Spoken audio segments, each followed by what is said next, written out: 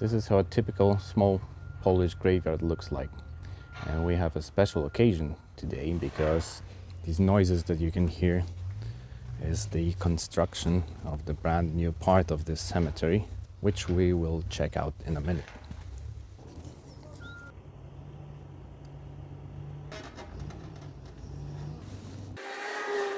That's an interesting feature that you might not know in your neck of the woods. It says here, borrow and give back.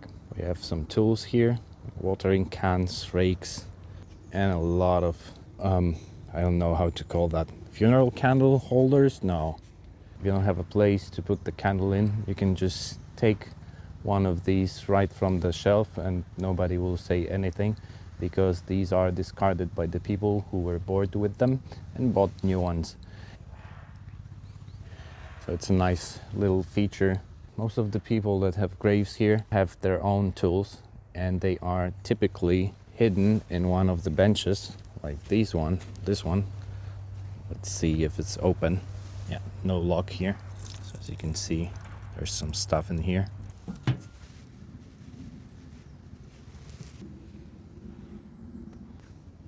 I sometimes borrow a rake or something, but I always put them back.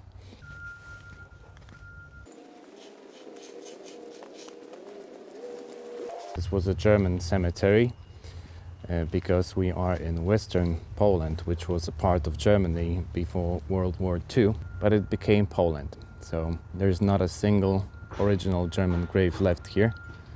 And the oldest Polish one that I could find was from 1947. But some of them seems older than that. Some of them are neglected, like this one. Some completely, like this one here. But overall, it is well maintained, because Polish people like going to the cemeteries and tend to their graves. Let's go here.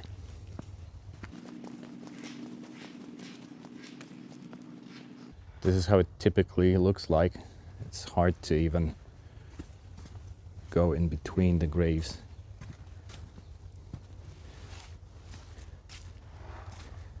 Everything is dug by hand.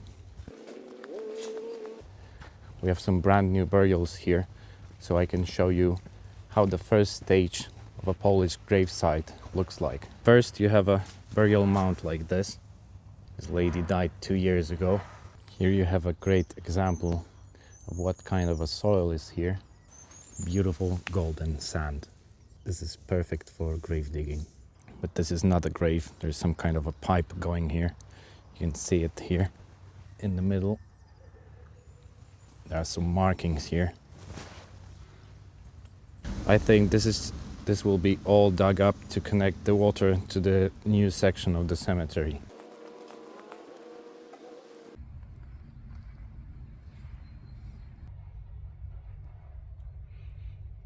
This is a brand new grave. This burial mound looks a little bit sloppy and the whole area wasn't raked properly. I wouldn't leave it like that. This is unraked. This all should be cleaned and raked nicely. The flowers are also placed terribly, unesthetically. Should be nicely. Oh well. Anyway, this grave is not new. I mean, it is, but it isn't. There's a married couple laying here, and the husband died in 1985, and the wife was buried this year, which is 2025. So what was done is that the gravestone was disassembled and put into storage, and the grave was dug to make space for the wife. So the wife joined the husband after 40 years, and that's it. There's a nice old bench here. Let's see inside. Not much. The planks had rotted away. Look how terrible flowers look when they are unpacked. They just boil. This is a fresh grave from this month, but there are 3 persons in here. And how is that possible, you ask?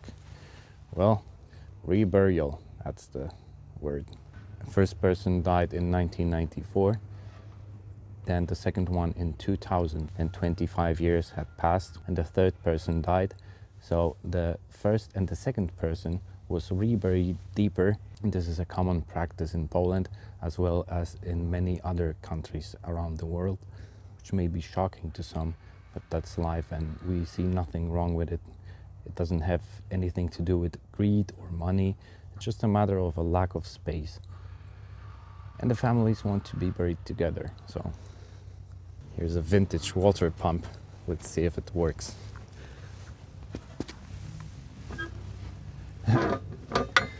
No, not even connected. Made by Germany. There's a little hatch here. There's nothing inside. Okay. See this new section. You can hear the noise already. There's some workers.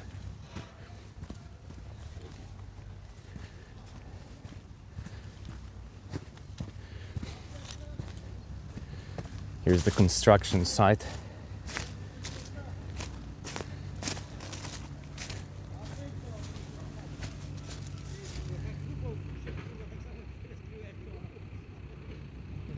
This is how a brand new cemetery looks like. There's not a single tree yet, and most of this space is dedicated to typical standard ground burials, the whole body burials. But we have a section at the end in which there's a Columbarium. So let's see it.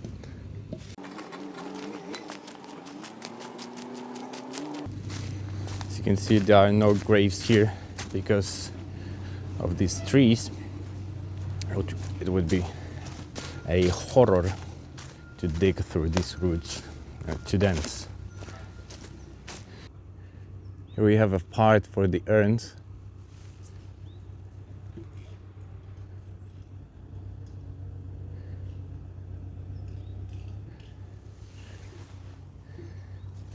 I'll show you in a few years how quickly it will get full.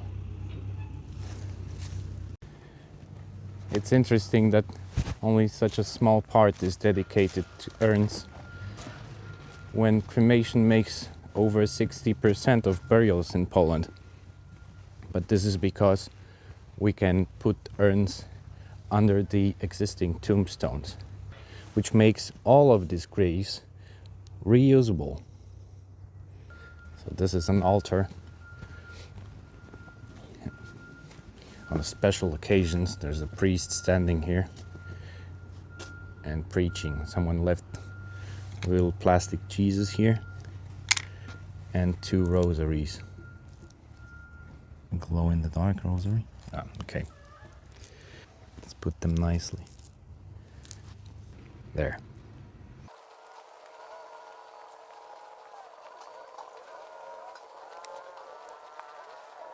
Can spot kind of a trend here with these brown stones. This one's called Vanga, if I'm not mistaken. This is a color of royalty. These ones we call Chinese. It's a very typical color. For me, it looks like a ground pork left overnight. Look how powerful the water is. And that's an old one here, but still maintained. This is a children's section here.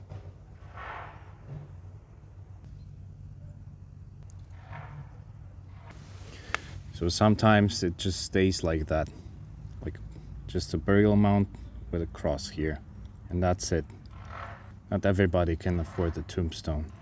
By the look and the style of this cross, I can say that it is at least half-century old.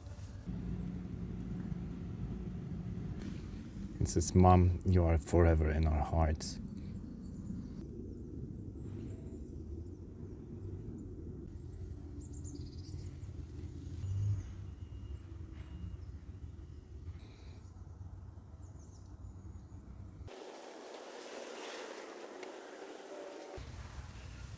So this is how tombstone is put up. These are normally underground, but the shape of the terrain made them visible here.